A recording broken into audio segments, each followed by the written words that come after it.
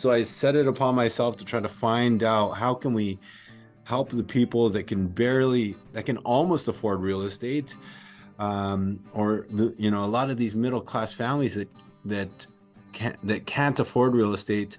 How do we get them into the ownership model? How do we get them benefits of what these wealthy people get, the equity, the benefits of leveraging a loan to build their net worth, the tax write-offs? I'd like to show you why knowing your why is the start of your journey. Without a strong why, it can be so difficult to reach your maximum potential. My name is Dr. Jason Ballara, and every week I meet with real estate investors and mindset specialists that are taking action in order to build a life according to their own terms. We will break down what drives successful people and allows them to achieve at such a high level. If you are a professional wanting to break through, or simply someone that wants to hear an inspiring story, the Know Your Why podcast is made for you. Hi everyone, I'm Jason Ballara, and this is the Know Your Why podcast. Today I'm here with Franco Perez. Franco grew up in a family with an unstable housing situation, and he's on a mission to create affordable housing in Silicon Valley, which I feel like those two things seem like they don't go together. So I'm pretty excited to dive into this. But Franco, I just want to stop there. I want to say thank you. I really appreciate the time that you've taken to come on the show today. I'm excited to hear your story. So thank you for being here.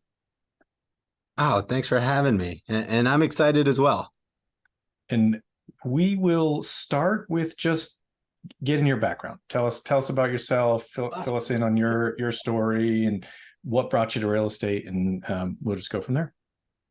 Yeah, I guess long story short, immigrant family from the Philippines. Grew up around 17, 18 years old with immigrant parents. At 17, 18, they divorced. My dad was the main breadwinner, really, and there's a weird situation where he left and fled the country. And then I had to drop out of school to support my single mom, my younger sister. And I remember it was one of the hardest times of my life. So it actually was the hardest time of my life. And I remember at the end of every single month, even working the two jobs that I was working, I couldn't make ends meet just to pay the rent. And that was so painful. I even borrowed money from friends just to keep up with this rat race of renting. And I remember thinking to myself, why is it this difficult? Why is life like this? I feel like I'm a good person. I feel like I don't deserve this. And why are others able to be financially free and we're not? And one thing after the other, I thought I was going to be a graphic designer, but I was doing that for a real estate company. I asked for a raise. They said, we can't pay more for marketing, but we can teach you how to sell. So I got into being a real estate agent. I did a ton of door knocking, ton of cold calling out of desperation just to make ends meet. And I think I was in survival mode, which is what really got me that grit and that thick skin of doing what I needed to do to make that commission. After that, became a great agent, got a bit financially secure. And after a few years, I ended up hating being a real estate agent because I felt like I was just helping the wealthiest people I could help get the most expensive homes that they could. And I had to turn away the people that were in my shoes when I was going through that pain point. I had to tell them, hey, unfortunately, you don't make enough. Unfortunately, you don't have enough saved down as a down payment. You can save more and make more and come back to me later. And that hurt me inside, knowing that in many cases, they're not going to be able to come back with rising prices. And nobody's out there trying to help these people. So I set it upon myself to try to find out how can we help the people that can almost afford real estate, or a lot of these middle class families that can't afford real estate. How do we get them into the ownership model? How do we get them benefits of what these wealthy people get, the equity, the benefits of leveraging a loan to build their net worth, the tax write-offs, a lot of these elements like appreciation that's only accessible to the rich, to people like them. And I accidentally came across mobile homes. And come to find out, I go into these parks and I meet the people, I understand the asset class, And it's not what I expected. I assumed that mobile home parks were like trailer trash, was only for criminals and that sort of thing. And that's the associations that we all think. But come to find out, these are great people, and these homes and these communities are actually great places. And it's a great stepping stone for people to get out of that rental rat race and into their first step of building wealth. And long story short, I know it was a long story already, but we are now helping people get out of that rental rat race into owning their own mobile home, and then getting out of that into purchasing single family. And then after that, we're now converting a lot of old mobile homes, old 700 square feet mobile homes, into large 2,000 square foot, 12-foot high ceiling homes with quartz countertops, stainless steel appliances, and as modern as could be. And that's really where we're at today. After we've built our few concepts, now it's been a very popular thing. Park owners reach out to us to convert their units from old to new. We have residents that reach out to us to convert their old units to new. And that's kind of what grew our business to where we're at today.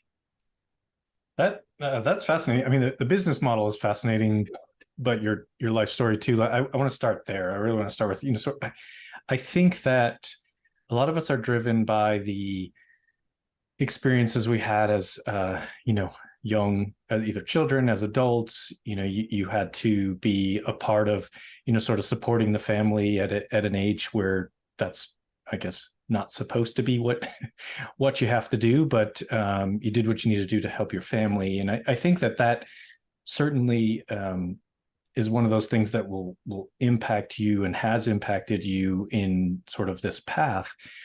When you so you started as a graphic designer, you were with the real estate agency within their marketing team. Is that kind of how that was working? And then, yeah. And then, okay. And so then you said, I need to make more, and like, okay, well, then get out there and sell. The skills Exactly. that you learned as a real estate agent, and was, I would imagine that, as you said, it was out of desperation, but like probably very valuable to you sort of moving forward, those skills. I'd say so. There's a lot of elements to that moment that happened there. And I think one of the big key things to point out is because I was so poor and I was so desperate, I had to be resourceful. I didn't have money. I didn't have training. I didn't have anything. I had to learn, hey, if what I'm doing isn't making sense, how do I learn how to sell? How do I learn how to get a sale? And I had to be resourceful, and I learned everything I could about how to communicate, how to speak to clients, how to guide and consult through YouTube and through podcasts and through ebooks, right? I didn't get to go to a formal college or anything like that. I had to learn everything that way. And it might have been through books like Tony Robbins or How to Win or Influence People, right? And through the desperation of needing this is what got me that sense of resourcefulness. And I knew that as I was, before this all happened, I always thought I was doing the best that I can to grow, but until I was in survival mode, that's when I was like, shoot, if I don't make next month's rent, we're homeless. And not just me, but my younger sister isn't going to have a home. My mom's not going to have a home. And knowing that I had to do this is what got me to have to learn how do I make this work to support my family, right? And I find with a lot of successful people that I know often have this weird revelation at this really hard time, just like that. And even though knowing it was the hardest point of my life, and during that time, it was a hard depression time, I'm so grateful that I went through that, because I know I wouldn't be as motivated as I am today to want to make a difference in other families as well. Right. And knowing that I went through that pain is what got me to be as strong as I am today, and as energetic and as passionate as I am today. Right. Yeah. I'm sure that, I mean, that makes sense. I think, using that the feeling, the difficult times, the feelings that you had in the past, using that as motivation, sort of moving forward and in helping other people. It's great. I think one thing you said there that I think is worth sort of pointing out to listeners is you said, you didn't have a way to learn how to be in sales or, sort of gain these skills and use podcasts and YouTube and all of that. And you didn't mention mentorship, which, whether that was on purpose or maybe you have mentors, I don't know. But what I wanted to point out to people is that, like, if you want it badly enough, if it matters enough, like, never has that information been more available, right? It's like you have, as you said, podcasts, YouTube, books, whatever you need to get the skills that you want, especially in like marketing and sales. Like, it's such a big topic right now. It's just out there, and just your willingness to consume the information and put it to work, right? And that's what you did. You didn't just read about it a bunch or listen to a bunch of podcasts. You actually went out there and put it to work and used it to pay rent, put food on the table, that kind of thing. So I think it's an important point for people to just understand that it is there. It is accessible for us, the information. So it's not a lack of information. It's the willingness to go and then put it to use. Did you have any like mentors in this? I assume you were in a brokerage, and as you went from sort of the marketing side to sales, nobody wanted to take you under their wing or teach you the ropes at all. It's interesting. I get this question a lot, and it's kind of sad the way I look at it too. Is like, and it's a lot to do with kind of how I want to change things as well. Is that when you're where I was poor, I didn't really have guidance, and I didn't have a mentor, and I wish I did.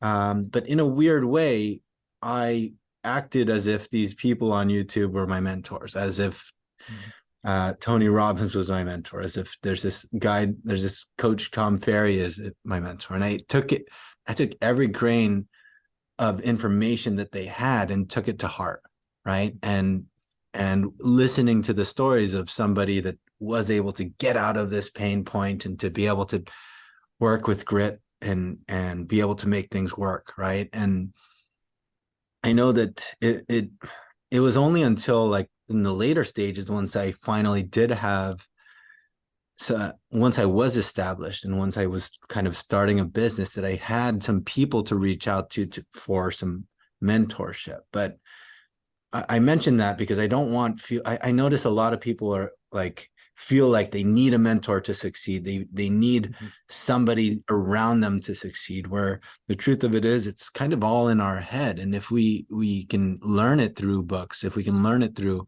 podcasts, it is possible to do that too, right?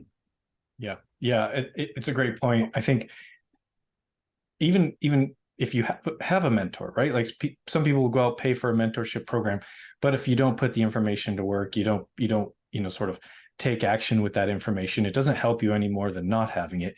And conversely, maybe you can't afford to pay a mentor, or you don't have someone in your life that's going to be that person.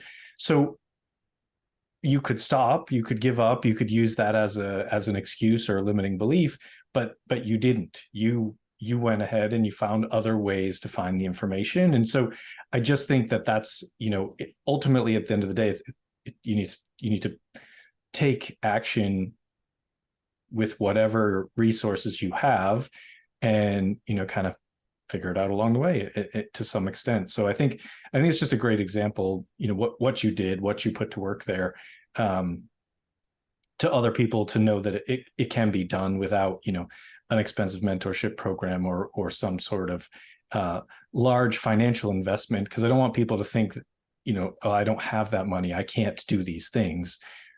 You can. It's there are ways to find your way into it, and then the money will come. You got to put in the work. Yeah. So and what you said, it's like not just not having the money, not having the mentor, and it's kind of hard to say this, but we create these excuses of why we're not to where we want to be, internally. And if we can get past that, why I don't have money, why I don't have the right knowledge, why I don't have friends that actually are making money. And if you use that to an excuse, if you use that as an excuse, it'll be true, right? Yeah. And getting past that, it really gets us way further than we should be. Yeah, absolutely agree. So you didn't like being a realtor because you weren't necessarily able to help the people that you wanted to help, that you felt like were like you. So tell me about that sort of transition from or into, towards mobile home parks, and kind of what sparked that, and then what steps did you take to get into that Yeah. space? So I guess it came in phases, right? I mean, the first phase was getting stable and financially secure to be able to support my family. And I think during that, it was desperate times to just whatever it took to get me $1 in the account so that I can make, I can pay for rent and that sort of thing. But after, I think people go through the next phase, which is once you make enough to be comfortable, you start to feel like, hey, how can I create an impact to the world, right? And I think that has a lot to do with kind of your title and what's your why. And for some weird reason, I just didn't feel fulfilled. I knew there was something inside of me that wanted to do something that created impact. And I think this resonates with a lot of younger generations there, is they want to create an impact. They want to make a difference, right? And I know there's a lot of content out there and a lot of people that are chasing the dollar and the money, but for me, it really wasn't that. I wanted to build something that would make a difference for even just one family out there that was going through the struggle that I was going through the pain that I was going through. Because I experienced that pain, I knew that if I could just make someone's pain a little bit easier, that I could make a difference in that family's future wealth building journey in their for generations, right? And I know that creating just one more affordable home for a family that might need it could create an impact that really creates a ripple effect for the future for anyone, right? And knowing that there's good people that don't have the financial freedom, and I say freedom a lot because I feel like financial freedom is the new freedom that this country needs to create opportunities for. But I wanted to make something that would make it equal for everybody, whether it's middle class, middle income earners, to be able to have that sense of freedom and financial security. And I really deep studied in a wormhole, like, why is it this way? Why is it that the middle class have this amount of resources? And why is it that the wealthy are able to acquire more real estate? Why is it that the wealthy's making these financial decisions? What are the educations and what are the actual things that the wealthy know that the middle class doesn't? Because there's so much that I wish I knew back when I was in those shoes that I wasn't taught back then, right? And a lot of it is building our net worth, right? And paying down an asset that we own. We don't understand, or I didn't understand that, even though it's an equivalent payment, when I'm paying for rent, all I'm paying it for is temporary shelter for that month. When a homeowner is paying a mortgage, it might be the same payment. However, a lot of that's going toward something that they own, something that has an upside chance of appreciation. And they also get tax benefits later down the line. And they get to have an asset that they can leverage to get a second property, right? And these are things that if I known back then, I would have fought harder to own homes and own assets way earlier down the line, right? But unfortunately, we aren't really taught this in school. We're not taught this in high school. We're not taught this in college. But a lot of the wealthy are taught this through association, through friends that they know, right? And it becomes this hidden knowledge that I want to really educate more people that were in my shoes back then. And it just became this journey of wanting to create that impact and share. That's why we have this YouTube channel that talk about the differences with owning and renting, and how do we get to ourselves to that level to get out of that rat race, and create these stepping stones through building these mobile homes that create affordable housing for everyone too. Yeah. So you got into mobile homes. Now, is that local to you? Is that in California? Is that all over the country? What markets are you focused on? Yeah, so most of our business really, so it started in San Jose in the Silicon Valley, and then we spread around the Bay Area. And then now we're doing business in the LA market, the San Diego market, and we do a lot of consulting for park owners in other areas, and mainly metro areas like Austin, Vegas, um, Atlanta, that sort of thing. But the main concept is we work with government entities and help them understand like why this is good for society as well. Because if we really look and dial into the problem, I can kind of talk about our area in the Silicon Valley, and it might relate to your area in LA. But these numbers that I'm going to say might be higher than most, but the ratios will be pretty much similar. So in our area, rent for a 2-bedroom apartment is about $3,500 a month. Buying a single family home is about $1.6 million. That's a median priced home. Now, how does someone that's renting ever dream of coming up with, let's say, 10%, about $160,000 down to make a mortgage and a housing payment of $8,000 a month? How do you go from renting to owning single family? It's very difficult if you just have 1 or 2 jobs to make that huge leap. And what I love about mobile homes is that it's a perfect in between. It's a perfect stepping stone. That's like a hybrid model of home ownership, right? You own the mobile home itself, but you don't own the land. And the pro to that is that the payments are pretty equivalent to what you're paying for rent. So an average mobile home in our area is about $300,000, and that's a 3-bedroom, 2-bath, decent mobile home. You pay about $1,000 a month on the space rent, and your mortgage is about $2,500 or $2,700 a month. So your total housing payment, I'm sorry, I skipped a step, but a down payment for a $300,000 home would typically be about $30,000 instead of $160,000, right? Mhm. So it's a much easier entry level home and a starting point for them to own a home. Spend $30K on a down payment. I spend about $3,700 a month on my monthly mortgage.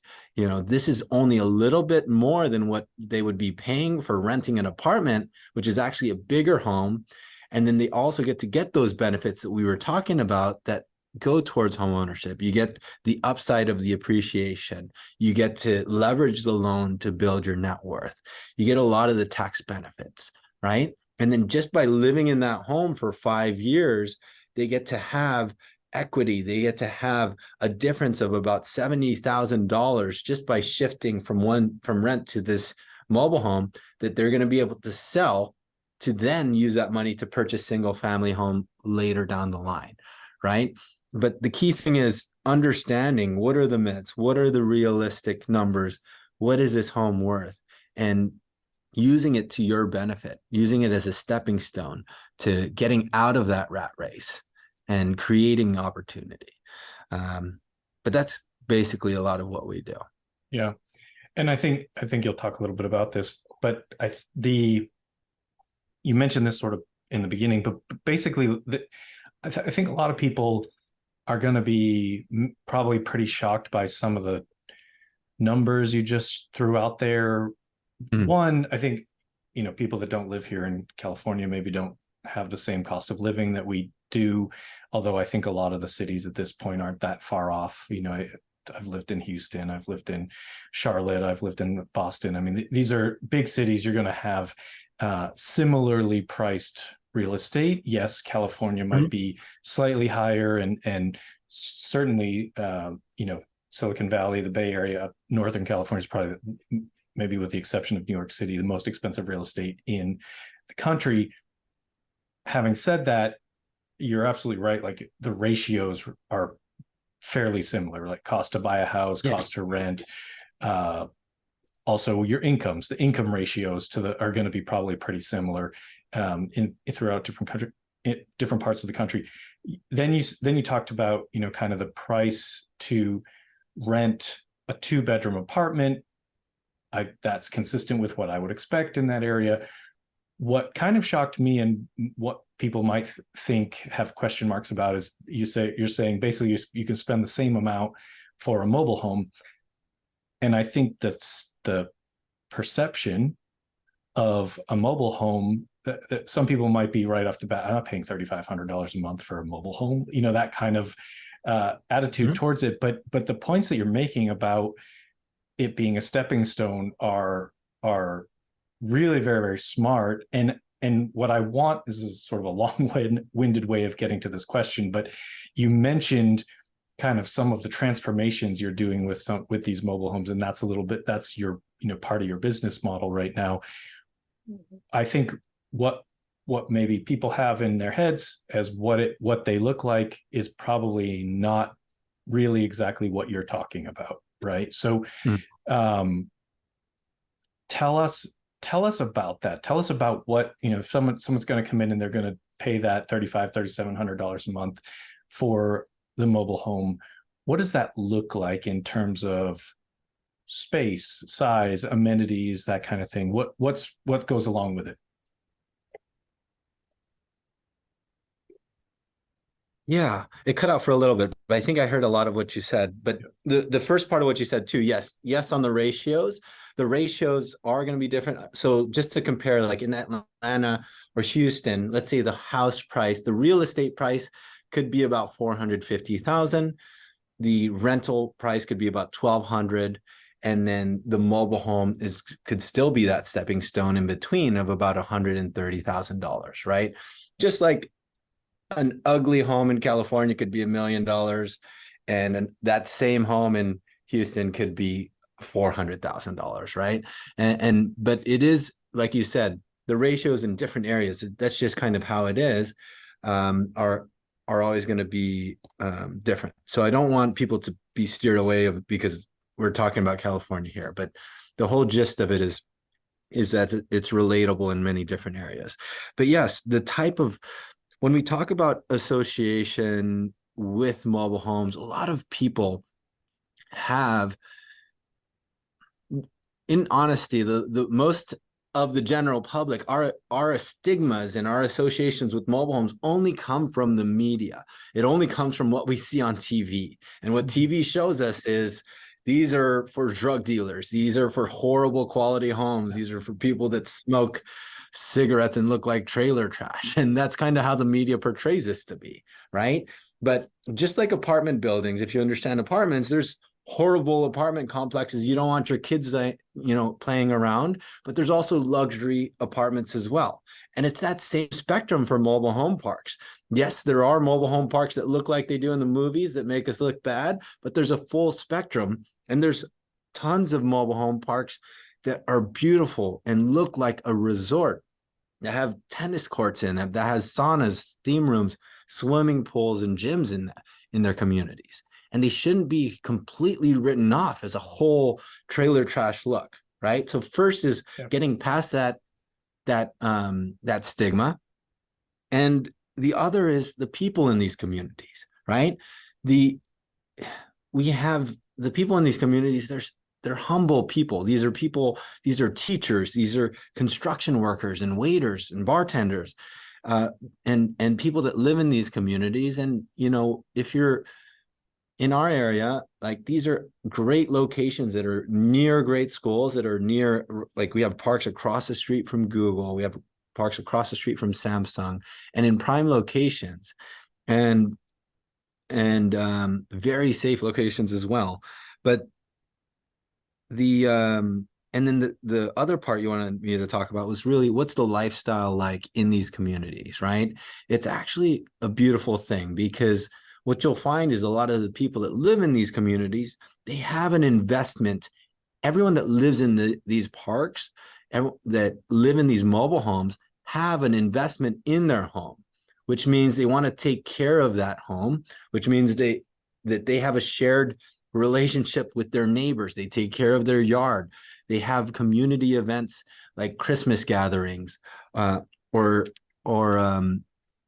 any form of gatherings, and you'll see a sense of community more than you would in an apartment complex, because they have similar problems, they have similar issues that they want to get across, and they get to know their neighbors because they're close to each other, and it's such a beautiful thing. And I think it's something that shouldn't be overlooked.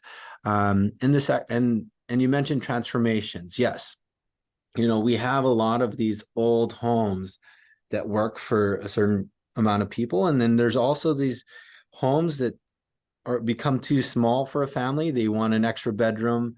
They don't have an alternative home that they can move out of the mobile home to get a single family home. So what we do is we advise them like, hey, we can help you convert your old 700 square foot home and build out an 1800 square foot brand new home just to look like a brand new build would look in a single family home, with drywall, with quartz countertops, with fireproof exterior and shingles and roof, and really a beautiful home, and converting what people used to see as a bad thing into now even nicer than most single family homes are built out today. And that's really how we're planning on reshaping and showcasing how beautiful mobile homes are, is by pushing these stigmas. And that's why our YouTube channel has been popular, is because people are like, wow, this is beautiful. And then they're like, wow, wait a second, this is a mobile home? There's no way, right? And I know we're talking about this on a podcast, but until you really see this visually, you won't believe it. And the way we're building these homes are just revolutionary. And I could talk again about one of the big parts of our affordable housing crisis is that the cost of building a home is going up and getting more and more difficult. That's part of why housing is such an issue right now. And just like how cars were originally built for the wealthy, it was only until we were building cars on an assembly line in a streamlined fashion that we were able to make cars accessible for everyone. And that's exactly what we're working on doing in the mobile home space. We're building these homes in a factory on an assembly line and building them at a very effective rate to keep the cost of construction way lower while keeping the quality at a very high rate. And that's exactly what we're doing. And it's already being done now. And that's how we're able to keep these homes very affordable. I know there's a lot that I said there, but those are a lot of the key components to mobile homes that I feel most people don't see. Yeah, I agree. And it's funny that we're sort of talking about this. I just very recently got a email with a listing here in the Los Angeles market for a mobile home park. And you used the word resort earlier. And I looked at it, and that's what I thought. I looked at the pictures and I was like, this is beautiful. Like, this is a very, very nice looking homes. The grounds are perfectly kept. There's a pool, like there's amenities. It's like you said, and it's kind of ironic to me how tiny homes are like a thing, like a trend, right? Everybody wants to build and buy or live in tiny homes, and it's like, well, that's what it's a mobile home. It's not very different, right? Here's a already existing asset class of a very similar product. And I think I don't know if you agree with that, but it's just kind of the point that you're making about being able to make them, upgrade them, make them, on par or comparable to what, your sort of traditional single family house might be like, I think is just something that people need to know about, both from an investment standpoint, but importantly, as you mentioned, the affordability, affordable housing crisis that we have. It's certainly prevalent here in California. So I think it can be a really valuable resource to the I guess population as a whole.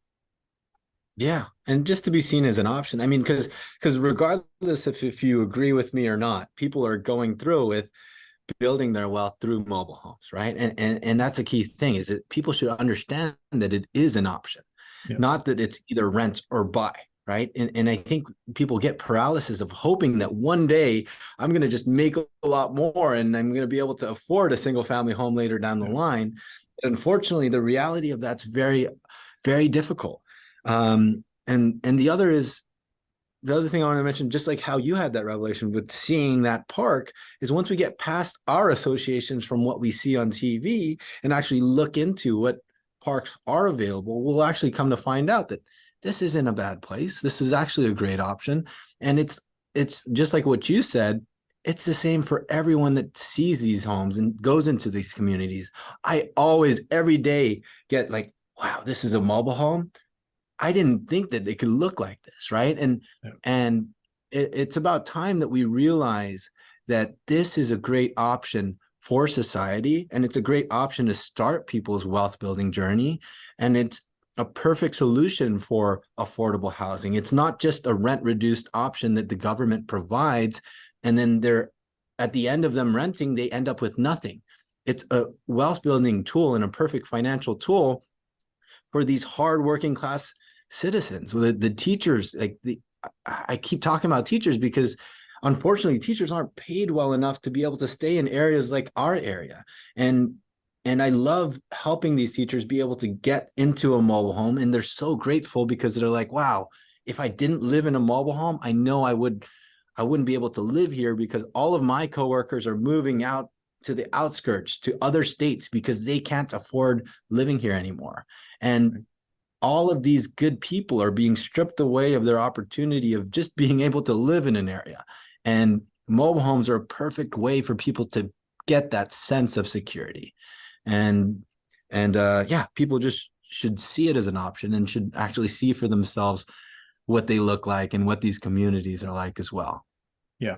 Yeah. It is pretty eye-opening to, kind of see such a nice, like really, really, like I said, like it looked resort. It was like the homes were beautiful. The amenities and grounds were beautiful. I mean, it is a very, very good option.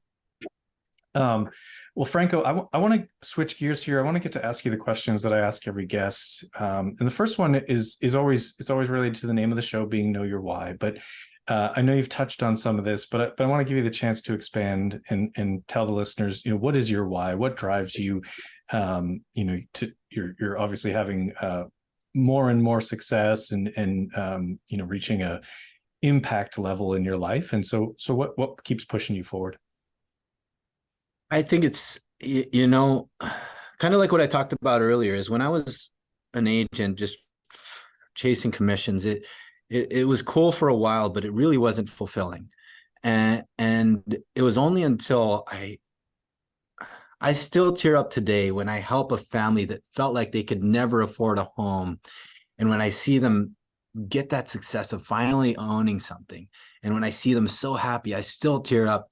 And it gives me so much energy, and it makes me just want to help more and more. And it's not the money. And I feel like people should find that thing that they can create that impact and want to build more. And that energy of what I got from helping a family made me want to wake up the next day and help another family, make me want to learn more on how I could do this and multiply it and keep creating. And I think when you do find that why, it really is a life-changing moment. And for me, it's fixing a past problem and a past horrible, painful years that I went through, and knowing that I helped a family avoid that or help a family get out of that is my why.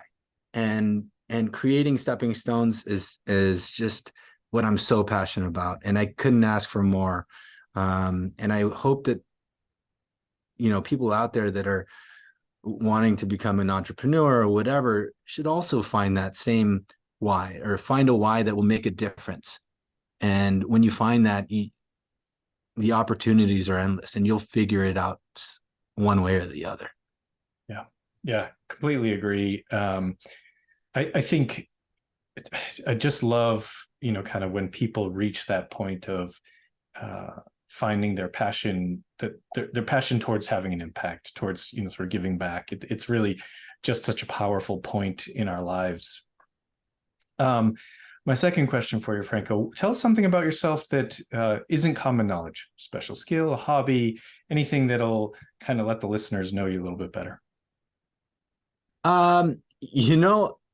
When I was getting into graphic design, I've always been an artist. I always loved art, and my hobby and my I've always wanted to be a videographer, and I love video, and I think that's my side fun hobby. Is we make a lot of videos around small businesses and restaurants and that sort of thing, and I love creating video, and I think Very it's cool. an art in itself, and that's something I love doing for fun.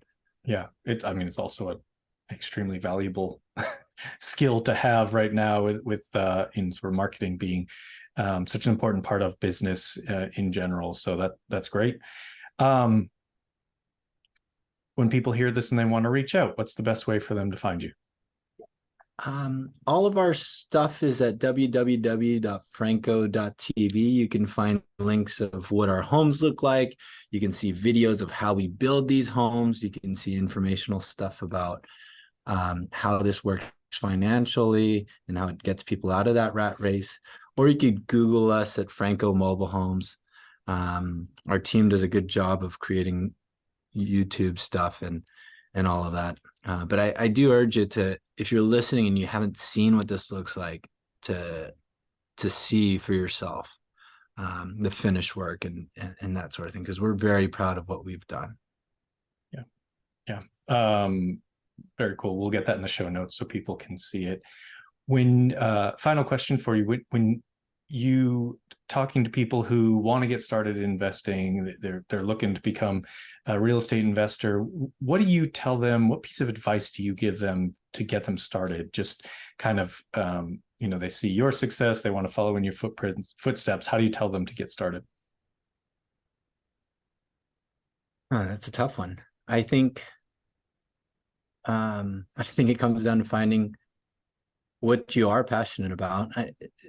Was that question around being a real estate investor or just like growing it as a Honestly, personal? you can take it however you like. Whatever you feel passionate about. I mean, someone getting started, whether that's as a real estate Yeah, investor, a broker, even I business wise, whatever you think. the main thing for me is understanding that the resources is out there. And I know we talked about this a bit, but it's really another level to take information and to connect the dots for yourself, and not be afraid of executing on things, on information that you can get online, right? And it's all about that one word, being resourceful. And I think that's really what's changed who I am. Like I was, with whatever I'm doing, there's other entities that have more resources, that have more money, that have families with money that I find aren't excelling. And when I look back, it's really the fact of being resourceful of what you have, and coming from having nothing and being in credit card debt and all of that, and being at the lowest of the low I've ever felt possible, and getting out of that through being resourceful, through books and through YouTube and through podcasts. It really comes to say that anything's possible, and if you could just be resourceful and gather the information and use it, it's out there, and you don't need anything else. Yeah, no, that's great advice. Listen, Franco, I had every excuse to kind of like blame the world of why I'm where I'm at, and I know that I was doing that for a while, but you could do it. I know it's cliche, but you could do anything. Yeah. Don't let yourself be a victim. Use what you have and get out there and put it to work and be resourceful. I love that. I love that advice. Thank you very much. Thank you for coming on the show, taking the time out to share your story. I think what you're doing is fascinating, and again, really, I think valuable to kind of society as a whole, especially in regards to that affordable housing problem that we do have. Appreciate that, man, and I love what you're doing, sharing people's why, and that's going to help create, help inspire people as well. So I appreciate being on here. Thank you so much. And folks listening, I know you're going to get a lot of value out of this episode with Franco. Please check out his website. We'll put it in the show notes. And please like, rate, and review the show so we can get more great guests in the future. Thank you all for listening. I'd like to show you why knowing your why is the start of your journey. Without a strong why, it can be so difficult to reach your maximum potential. My name is Dr. Jason Ballara, and every week I meet with real estate investors and mindset specialists that are taking action in order to build a life according to their own terms. We will break down what drives successful people and allows them to achieve at such a high level. If you are a professional wanting to break through, or simply someone that wants to hear an inspiring story, the Know Your Why podcast is made for you.